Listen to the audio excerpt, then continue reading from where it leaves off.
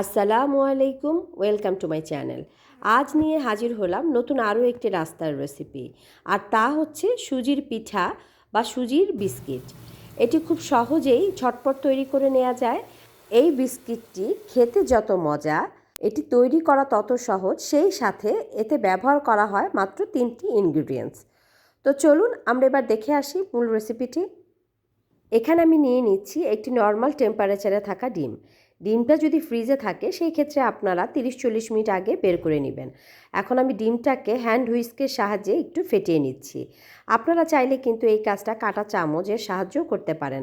এখন ডিমের মধ্যে আমি দিয়ে দিচ্ছি 1/4 কাপ পরিমাণে চিনিটাকেও আমি ডিমের সাথে ফেটিয়ে নিব। আমি ততক্ষণ পর্যন্ত এটাকে ডিমের সাথে মিক্সড করে নিব যতক্ষণ পর্যন্ত না চিনিটা ডিমের সাথে ভালো মতো গলে যায়। এখন আমি এখানে অ্যাড করে দিচ্ছি লবণটা আমি খুবই সামান্য পরিমাণে দিচ্ছি। যারা মিষ্টি জাতীয় খাবারে লবণ অ্যাড করতে চান না সেই ক্ষেত্রে লবণটা না দিলেও হবে। এখন লবণের সাথে আমি আবার ওই ডিমের মিশ্রণটাকে একটু ফেটিয়ে নিচ্ছি। আর এখন আমি দিয়ে দিচ্ছি 2 টেবিল চামচ পরিমাণে পাউডার মিল্ক। পাউডার মিল্কটা না থাকলে আপনারা এটা স্কিপ করতে পারেন, তবে পাউডার মিল্কটা দিলে কিন্তু এর ফ্লেভারটা সুন্দর হয়। আর আমি ডিমের সাথে পাউডার মিল্কটাকে মিক্সড করে দিচ্ছি। আপনারা চাইলে কিন্তু এটা সুজির সাথেও মিলে গেছে। এখানে আমি নিয়ে নিয়েছি 1 কাপ পরিমাণে সুজি। এই সুজিটা ভাজা না, নর্মাল যেভাবে বাজার থেকে আমরা সুজিটা কিনি সরাসরি সেই সুজিটা আমি ব্যবহার করছি। আর আমি সুজিটাকে একবারে দিব না, অল্প অল্প করে দিব আর মেখে নিব এটাকে। হাতটা আমি ভালো মতো পরিষ্কার করে নিলাম। এখন এটাকে আমি মেখে নিচ্ছি।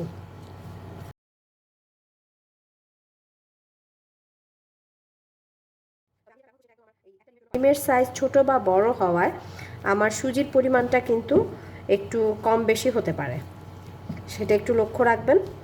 তাই আমি আপনাদেরকে বলবো আপনারা সুজিটা একবারে না দিয়ে আপনারা কয়েকবারে মিক্সড করবেন, এতে আপনারা বুঝতে পারবেন। এই ক্ষেত্রে কোনো রকম কোনো পানি অ্যাড করার কোনো দরকার নেই। এটা একদম পারফেক্ট হয়েছে। চাইলে এখানে একটু এলাচের গুঁড়া দিতে পারেন। আমার হাতের কাছে এলাচের গুঁড়োটা নেই, তো আমি দিচ্ছি না। এতে ফ্লেভারটা আরও সুন্দর আসবে। বা বাচ্চারা যদি যেই ভ্যানিলা ফ্লেভারটা পছন্দ করে সেই ফ্লেভারটাও দিতে পারেন। আমার কাছে গুঁড়ো দুধের যে ফ্লেভারটা আছে সেটাই ভালো লাগে, তাই আমি এখানে আর ভ্যানিলা ফ্লেভারটা অ্যাড করছি না। এটা মিক্সড হয়ে গেছে। এখন আমি এটাকে 10 মিনিটের জন্য রেস্ট দিব। আমি ঢেকে রাখছি 10 মিনিটের জন্য। 10 মিনিট পর আমি হাতের তালুতে একটু ঘি মেখে নিলাম। আপনারা চাইলে খাবারের তেলটা ব্যবহার করতে পারেন। এখন দেখেন প্রথম দিকে এটা যতটা সফট মনে হয়েছিল এখন কিন্তু আর অতটা সফট নেই। তো আমি এখান থেকে পরিমাণ মতো ডো নিয়ে নিব। আপনারা যে শেপ করতে চান সেই শেপ করতে পারেন। আমি একটু চ্যাপটা চ্যাপটা করে বিস্কিটের শেপ দিচ্ছি। আপনারা আপনাদের পছন্দ মতো যে কোনো শেপে এটাকে দিতে পারেন। রেস্টের সময়টা একটু কম বেশি হতে পারে। আপনি যখন এই ডোটা দেখবেন যে এটা আপনি যখন মিক্সড করে রেখেছিলেন তার চাইতে অনেকটাই হার্ড হয়ে গেছে, হাতের সাথে লেগে লেগে আসছে না, তখনই আপনি বুঝতে পারবেন ডোটা পারফেক্ট হয়েছে। আর ডোটা যদি তারপরেও মনে হচ্ছে বেশি নরম, সেই ক্ষেত্রে কিন্তু আপনি 1-2 চা চামচ পরিমাণে ময়দা এখানে অ্যাড করতে পারেন। আর ডোটা যদি বেশি হার্ড মনে হয় সেক্ষেত্রে আমি আপনাদেরকে বলবো 1 চা চামচ পরিমাণে পানি অ্যাড করলেই এতে হয়ে যাবে। ডো থেকে সবগুলোকে বিস্কিট শেপ দেওয়া হয়ে গেছে। আর এখন এগুলোকে ভেজে নেওয়ার পালা। মিডিয়াম টু লো আঁচের মাঝামাঝি রেখে আমি তেলটাকে গরম করে নিয়েছি। আর তেলটাকে কিন্তু এখানে একটু ভালো মতো গরম করে নিতে হবে, তবে চুলার আঁচটা হাইতে রেখে না, মিডিয়াম টু লোতে রেখেই গরম করতে হবে। আর তারপরে আমার তৈরি করে রাখা বিস্কিটগুলো আমি তেলের মধ্যে দিয়ে দিচ্ছি। অনেক সময় কিন্তু দেখা যায় যে আমরা তেলের মধ্যে দেওয়ার পরে পিঠাটা ছেড়ে দেয়, সেটা একটা কারণ হতে পারে ডোটা পারফেক্টভাবে না হওয়া।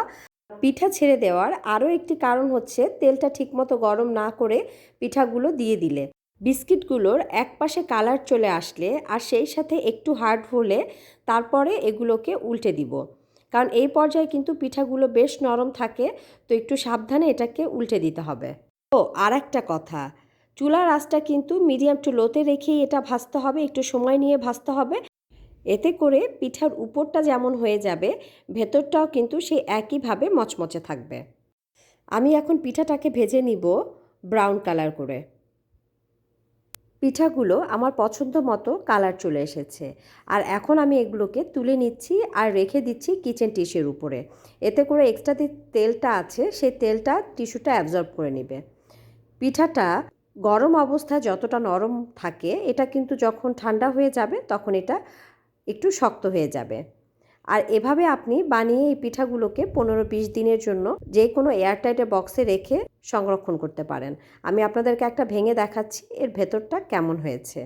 এখন যেহেতু গরম তাই ভেতরটা একটু সফট মনে হচ্ছে। আমার ধারণা সুজির এই বিস্কিট পিঠাটি আপনি যদি একবার বানিয়ে খান তাহলে আপনি এটা কি বারবার বানিয়ে খেতে চাইবেন।